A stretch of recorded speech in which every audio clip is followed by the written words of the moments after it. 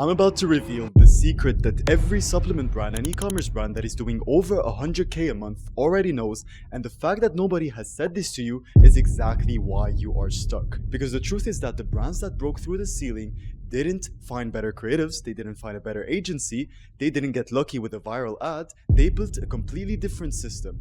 And you've been optimizing for the wrong thing the entire time. So let me describe the last 90 days. You scaled your ad spend, your ROAS tanked, you panicked, you pulled back, things stabilized, and then you tried to scale again, but the same thing happened. And 90 days later, you're sitting at the exact same revenue, wondering if something is wrong with your account. Nothing is wrong with your account.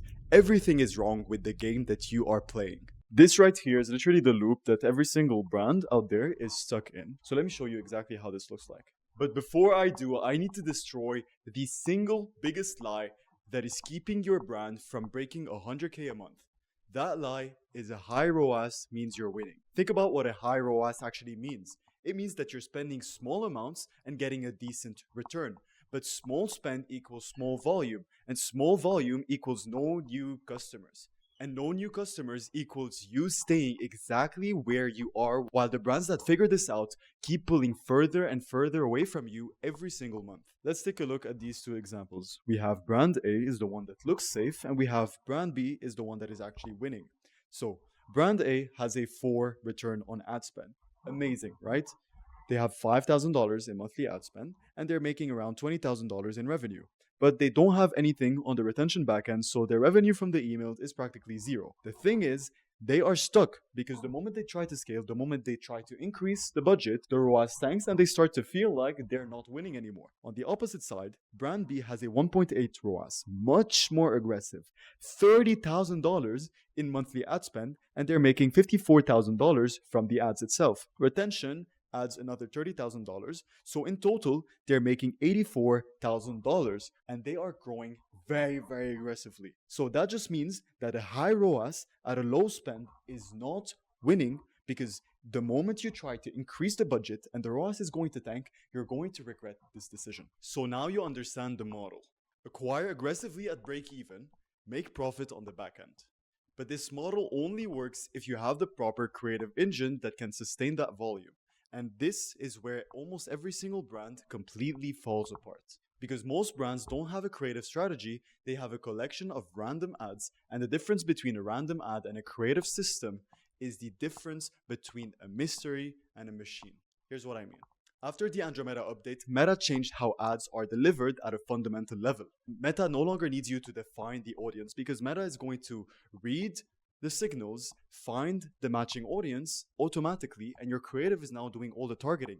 Not your interest groups, not your lookalikes, just the creatives itself. In 2026, this is exactly what the Andromeda reads, okay? It reads who we are speaking to, it reads the problem that we are trying to describe, the languages and the tone that is used, who they speak to, the solution that is being presented, and the visual style and the energy, okay?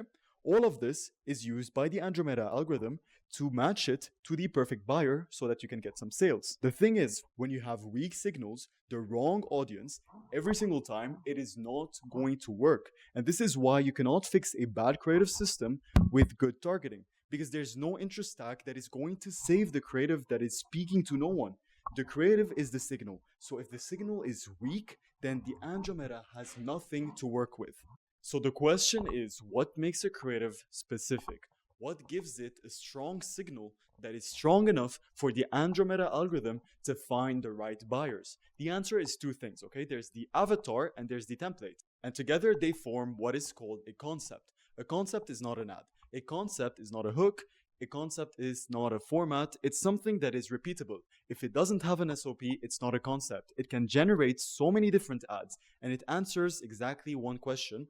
What is the structural idea that makes an ad work? We have the avatar plus a template equals concept. This is the most important thing. The avatar is who you are speaking to, okay? It's not a demographic.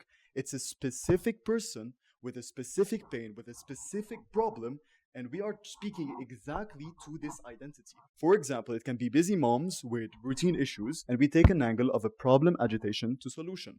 This can be a whole entire concept. okay? Another concept that we can have is a gym addict that hates meal prepping. If we pair it to a mechanism reveal angle, this is another concept. Another example, professional that tried everything. If we pair it with a transformation story, this is a third concept.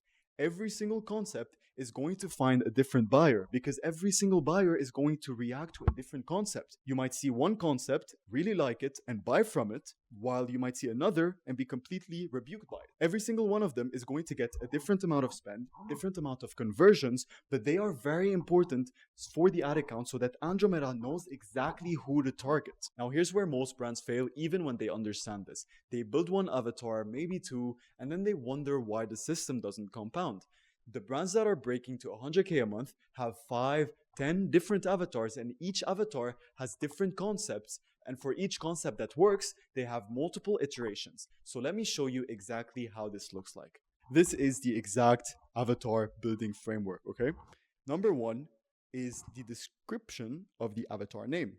Obviously, you gotta give it a name to know what to do. Second is the buying psychology profile. The third is going to be the primary surface problems. You can get all of this information by using Claude to go on Reddit, to tell it to do in-depth research, and from there you're going to get all of the information. Number four is the unknown deeper problems. These are the hidden emotions that are actually going to convert. The mechanism relevance, okay? And you need obviously the buying objections, what is going to make them not want to buy, and we want to handle them in the ads. You have the 5 scroll stopping hooks, which are very, very important for every single avatar. And this is literally how you do it. If you don't have an avatar defined, then no signal is going to be sent and Andromeda cannot get you your buyers. This is why your performance is completely shit. This is an example of how it looks like. Okay, so we have the avatar here. We have avatar 2, which is the conscious creator. We have avatar 3, which is the cultural traveler. Avatar 4, the gift upgrader. All of these, they have problems, education gaps, and solutions. You want to have this exact format, this exact sheet, and if you do, it's going to be so easy to have unlimited amount of ads. The full document that I just showed you is linked in the description. So the full avatar builder, the concept system, the template, the whole Mira board, everything built out. It's completely free, go grab it. So once you do, let me show you exactly what happens once you have all of these winning concepts actually in place. Now watch this because this is so powerful. Once you find your winning concept, everything is going to change. Because once you do, you can use the same avatar, try a different hook. That's an iteration. You can have the same template with a different character. That's another iteration. The same structure with different proof. This is also an iteration. You can try concepts that worked with one avatar and try it with another avatar. And you will have so many iterations. Literally one winner is going to equal at least 6 new creatives. Now here's the part that most supplement brands are completely neglecting, and it is costing them more than any bad ad ever could. Now your creative engine produces the buyers, but what happens to those buyers after they purchase determines everything, because the math on the aggressive acquisition only works if the customer is going to come back. Always keep in mind your LTV to CAC ratio is the most important thing. Every single supplement brand has a consumption cycle, the average time it takes your customer to finish the product. So most supplements is around 60 days. So this number is one of the most important numbers in your entire business because it tells you exactly when to re-engage with your customers before they start looking elsewhere to buy the supplement again. So it starts on day 1, obviously they buy the product. Day 45, you have to remind them that oh, your product is finishing, you need to restock. Day 52 is going to be a follow-up. Day 58 is going to be an urgency email. Day 60 is when they run out, okay? So if you do this correctly, they're going to reorder from you. But if you did it wrong or you completely missed this step, they're just going to buy elsewhere. You're going to lose the sale. You don't want that. You do everything correctly. You engage with them. You send them email reminders. You keep a relationship with them. You build this relationship by sending them emails that are 70% value and 30% selling. And they own the reorder. And that's literally the end. That's how you increase your LTV to CAC ratio. Let me give you the 3 numbers that tell you whether or not your system is working or if it's broken. So number 1 is the breakeven ROAS. It's the point where your ad spend is not losing money. You need to calculate this before you even touch the ads manager. It's the revenue from the sales minus the cost of goods, minus shipping, minus the platform fees, all of these other costs, divided by the ad spend. Everything above this number, push harder. Everything below it, pull back immediately. Number 2 is your MER. It's the marketing efficiency ratio. It's the total revenue divided by the total ad spend across all channels.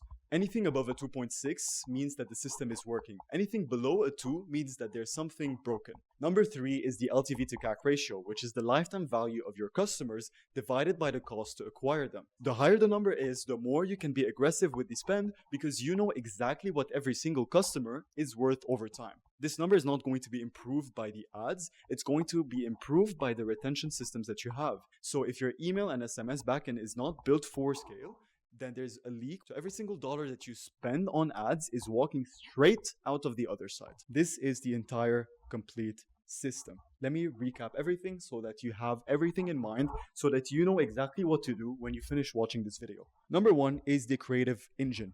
Very, very important. If you don't have this in place, your whole systems is going to fall apart, it's going to break, and you're going to get terrible results. So you have the avatar-based concept that is weekly. Every single week, you need one ad set, one broad ad set, and from there, this is where you add in your new pack of creatives, okay? Your winners are found by the spend signal. So you want to go into your ad account, you want to filter by spend, and this is where you are going to find the ads that are working. If they're spending a lot and they're above your break-even ROAS, they are doing good. If they're above your KPIs, even better. These are ads that you should replicate and do so many of them that you get sick of doing them. So you find these winners and you iterate them. This is literally the scaling model. Once you find these winners, you put them in a scale campaign and you do more of them every single week. For the scale campaign, you just scale at break-even ROAS, okay? You track your CPAs, you track all of these numbers because they're very important, and you got to make sure that your MER is above a 2.6. Okay, when you have all of this, the prospecting and the retention, and you have the proper retention backends, so proper email flows, proper email campaigns, 3 to 4 emails every single week, this is where everything is going to be connected. This is where your LTV is going to compound over time. This is where your LTV to CAC ratio is going to be so powerful that you can scale to 100K per month in such a fast time spent. I worked with a brand that came to me when they were doing around 15K a month. They had a good product, real audience, but an email list that was only generating around 9% of the revenue, but when it's actually properly built, it needs to be generating at least 25 to 35%. So we rebuilt the whole ad account structure, we built the full creative system around the 5 different avatars, we built the whole entire email backend, and in 30 days, they went from 15K a month to 40K a month. A 500% increase in email attributed revenue. Not because we found like a magic creative, it's because we built the whole system. This is what this looks like in practice. So if you're doing anywhere between 40 to 60K a month and you want to build this inside your brand, just go to the link in the description, book a free strategy call. I'll audit your full ad accounts, calculate your real break-even numbers, map out your whole entire avatar framework. I'll show you exactly what are the next steps you should be doing, okay? No pitch. The worst case scenario is you just walk away with a bunch of clarity on what is the best move to do, or we just work together and we get you to record month after record month. The link is in the description. I'm gonna see you there. Bye-bye.